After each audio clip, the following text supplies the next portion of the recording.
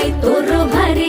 दिसते भारी गणपतीची स्वारी अन आला धादिस मामाच्या घरी मालवण चिपळूण सावंतवाडी माझ्या कोकण गावांचो दिमाग भारी